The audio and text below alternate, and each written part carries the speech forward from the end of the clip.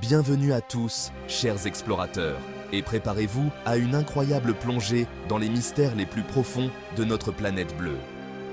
Tenez-vous prêts à être émerveillés par des phénomènes inexplicables, des créatures mystérieuses et des énigmes qui hantent l'esprit humain depuis des siècles. Si, dva. Notre voyage commence dans la zone crépusculaire, un royaume sous-marin situé entre 200 et 1000 mètres de profondeur. Ici, la lumière du soleil s'estompe progressivement, créant une ambiance étrange et mystérieuse.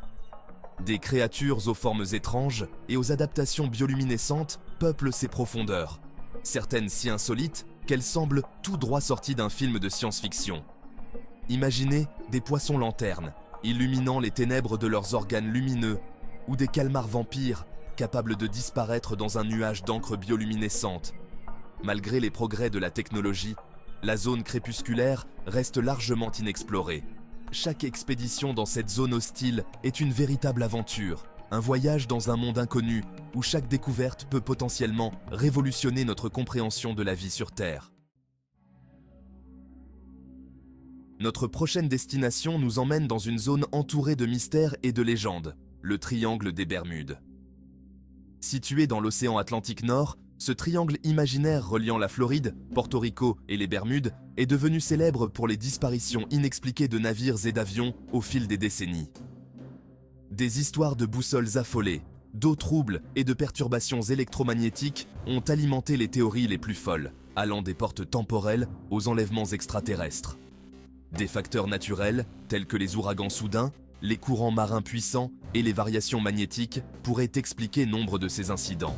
Cependant, certaines disparitions restent inexpliquées, alimentant les spéculations et les théories du complot. En 1997, un son sous-marin ultra puissant a été détecté par des hydrophones du National Oceanic and Atmospheric Administration, NOAA, dans l'océan Pacifique Sud. Ce son mystérieux a été enregistré à plusieurs reprises, suscitant une grande curiosité. Ce son, baptisé The Bloop, en raison de sa nature sonore particulière, a immédiatement captivé l'imagination du public et de la communauté scientifique. Sa fréquence et son intensité étaient sans précédent, ce qui a conduit à de nombreuses spéculations. Certains ont émis l'hypothèse que le bloop pourrait être le cri d'une créature marine gigantesque, encore inconnue de la science. Des créatures mythiques, comme le kraken, ont même été évoquées. Imaginez une créature plus grande que la baleine bleue, capable de produire un son audible à des milliers de kilomètres de distance. Une telle créature défierait notre compréhension actuelle de la vie marine. Cependant, des analyses plus approfondies, menées par des scientifiques du NOAA, ont révélé que le bloop présentait des caractéristiques similaires aux sons produits par la fracturation des icebergs. Ces sons sont générés lorsque de grandes masses de glace se brisent et se déplacent dans l'eau. Bien que le mystère du bloop ait été résolu, il nous rappelle que l'océan est un environnement sonore complexe et fascinant. Chaque son capté peut nous en apprendre davantage sur les processus naturels et les créatures qui peuplent les profondeurs marines. Depuis des millénaires, la légende de l'Atlantide, une cité insulaire avancée technologiquement et culturellement, engloutie par l'océan dans des circonstances mystérieuses, fascine l'humanité. Décrite pour la première fois par le philosophe grec Platon, l'Atlantide est devenue un symbole de la civilisation perdue, un rappel poignant de la puissance destructrice de la nature et de la fragilité de l'existence humaine. Selon Platon, l'Atlantide était un empire maritime puissant et prospère, gouverné par un peuple sage et bienveillant. Bien qu'aucune preuve tangible de l'existence de l'Atlantide n'ait jamais été trouvée, de nombreux explorateurs, archéologues et aventuriers continuent de la chercher dans les profondeurs de l'océan. Que l'Atlantide soit une réalité historique ou une simple allégorie morale, son histoire continue de captiver l'imagination. Située au large des côtes du Japon, la mer du Diable, également connue sous le nom de Triangle du Dragon, est une zone géographique entourée d'une aura de mystère et de danger, souvent comparée au célèbre Triangle des Bermudes. Cette région est réputée pour ses phénomènes inexplicables et ses disparitions mystérieuses qui défient la logique et la science. Des marins et des pêcheurs locaux racontent depuis des générations des histoires de disparitions inexpliquées, de perturbations électroniques et de phénomènes météorologiques étranges dans cette région de l'océan Pacifique. Ces récits incluent des navires qui se volatilisent sans laisser de traces, des boussoles qui deviennent folles, et des tempêtes qui surgissent de nulle part. La mer du Diable est située dans une zone de forte activité sismique et volcanique, ce qui pourrait expliquer certaines des disparitions rapportées. Les éruptions volcaniques sous-marines et les séismes peuvent créer des conditions extrêmement dangereuses pour la navigation. Des éruptions volcaniques sous-marines, des tsunamis soudains et des changements brusques des conditions météorologiques peuvent représenter un danger réel pour les navires naviguant dans la région. Les marins doivent être constamment vigilants face à ces menaces naturelles imprévisibles. Malgré les explications scientifiques possibles, la mer du Diable continue de fasciner et d'intriguer. Les mystères qui l'entourent alimentent l'imagination et les légendes, faisant de cette région un sujet de fascination pour les chercheurs et les aventuriers du monde entier. Au large des côtes de l'île de Yonaguni, au Japon, se trouve un site archéologique sous-marin fascinant qui divise la communauté scientifique depuis sa découverte en 1986. Ce site mystérieux a suscité de nombreux débats et théories. Des structures de pierre massives aux formes géométriques étonnantes reposent sur le fond marin, à une trentaine de mètres de profondeur. Ces formations intriguent par leur taille et leur précision. Certains archéologues et géologues pensent que les structures de Yonaguni sont d'origine naturelle, formées par l'érosion de grès au cours de millions d'années.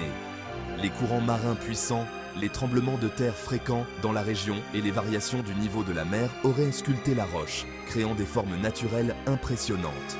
Ces processus naturels auraient pu créer des formes qui ressemblent à des escaliers, des terrasses et même des pyramides. Cependant, d'autres chercheurs soutiennent que les structures de Yonaguni présentent des caractéristiques trop précises et trop complexes pour être le fruit du hasard. Ils soulignent des angles droits, des surfaces planes et des motifs répétitifs. Si les structures de Yonaguni s'avéraient être d'origine humaine, cela pourrait indiquer une civilisation avancée et inconnue qui aurait existé bien avant ce que nous croyons savoir. Cela remettrait en question notre compréhension de l'histoire ancienne et ouvrirait de nouvelles perspectives sur notre passé. Le mythe du monstre du Loch Ness, affectueusement surnommé Nessie, est profondément ancré dans la culture populaire. Mais saviez-vous que des récits similaires de créatures marines gigantesques, serpentant dans les profondeurs, parsèment les légendes et les témoignages du monde entier? Du kraken des légendes scandinaves au Lusca des Caraïbes, l'idée d'un monstre marin colossal, se cachant dans les abysses, semble hanter l'imaginaire collectif. Bien qu'aucune preuve scientifique n'ait jamais confirmé l'existence de ces monstres marins, les témoignages persistants et les descriptions détaillées continuent d'alimenter les spéculations. Depuis quelques décennies, des rapports d'observation d'objets sous-marins non identifiés, surnommés OSNI, intriguent les chercheurs et alimentent les théories du complot.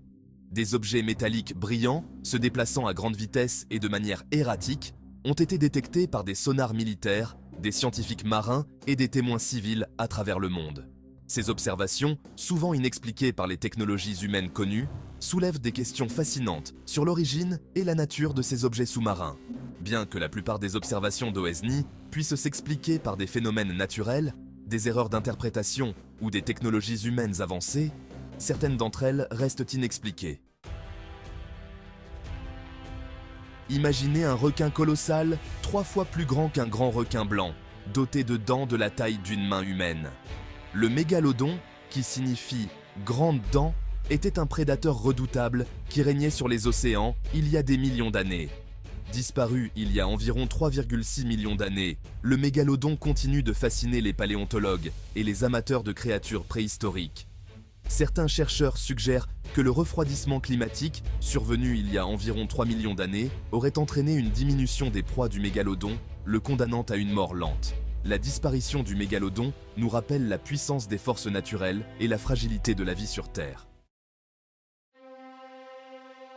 Notre dernier arrêt nous emmène au point le plus profond de la planète, la fosse des Mariannes. Située dans l'océan Pacifique occidental, cette fosse océanique, qui s'étend sur plus de 2500 km de long, atteint une profondeur vertigineuse de près de 11 km au Challenger Deep, son point le plus profond. La pression écrasante, l'obscurité totale et les températures glaciales rendent l'environnement extrêmement hostile. Seuls quelques explorateurs courageux ont eu le privilège de s'aventurer dans ces profondeurs abyssales, à bord de submersibles spécialement conçus pour résister aux conditions extrêmes. La découverte de ces organismes extrémophiles pourrait révolutionner notre compréhension de la vie sur Terre et au-delà.